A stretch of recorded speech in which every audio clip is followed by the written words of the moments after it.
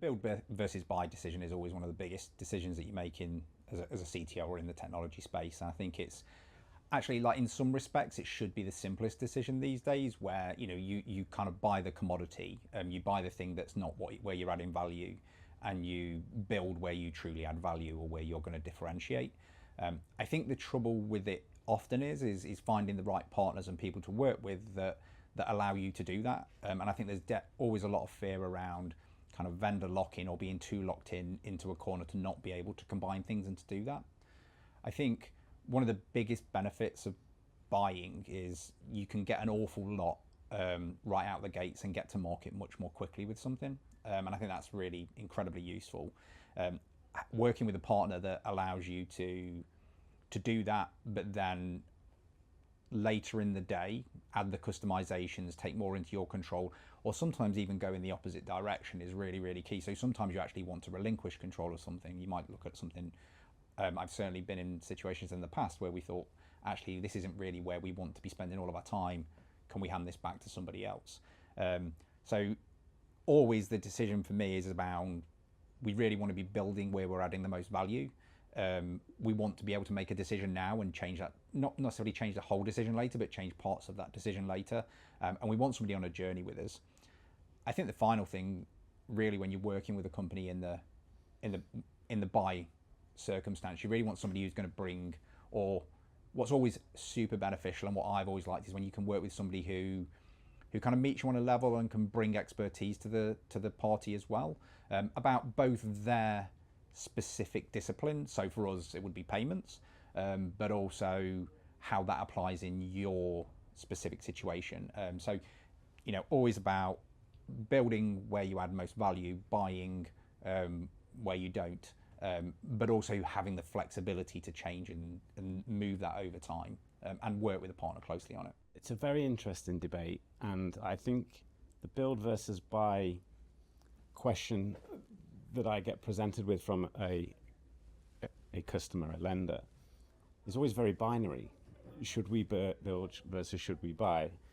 And so I think from my perspective, I'm often almost educating clients that there is another way to look at it. And I always present them with an analogy that's around Formula One. So, one of the most competitive sports that there's 10 teams, 20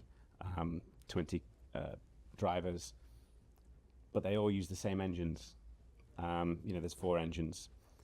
So they get their competitive advantage, their small margins from other things that they do, whether that's the design of the chassis or changing the aerodynamics.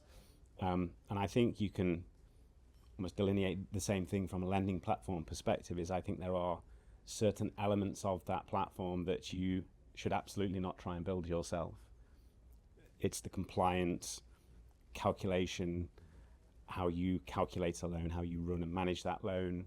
There is elements of that you really shouldn't want to go and build yourself, whereas your secret sauce, your IP, is where perhaps you want that flexibility, that framework to build out and create something that's unique to yourself and create that competitive advantage.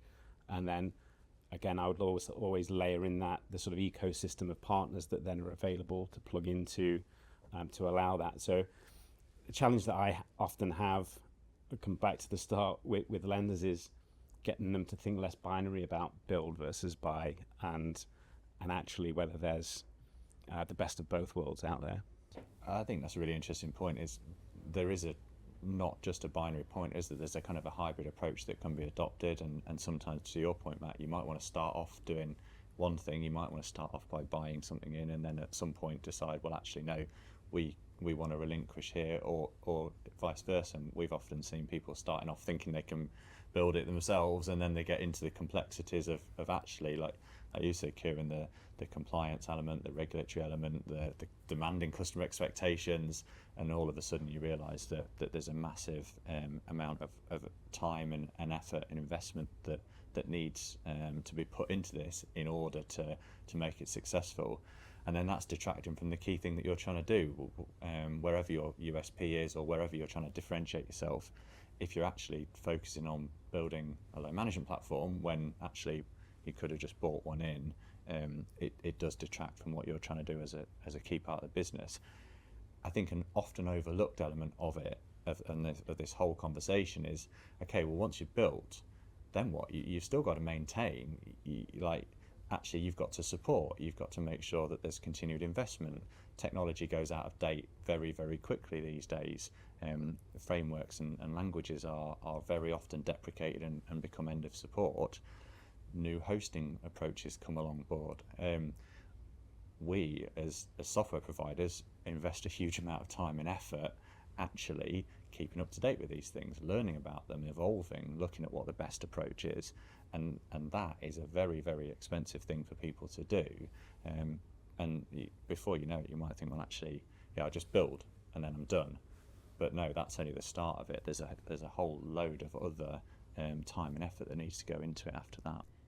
Yeah, I'd love to add to that, because that's an absolutely critical point that often gets overlooked massively, is the total cost of ownership. And it's really easy to think of the build window as the only cost element of it. Actually, the ongoing cost can, and I think it goes into multiples as well.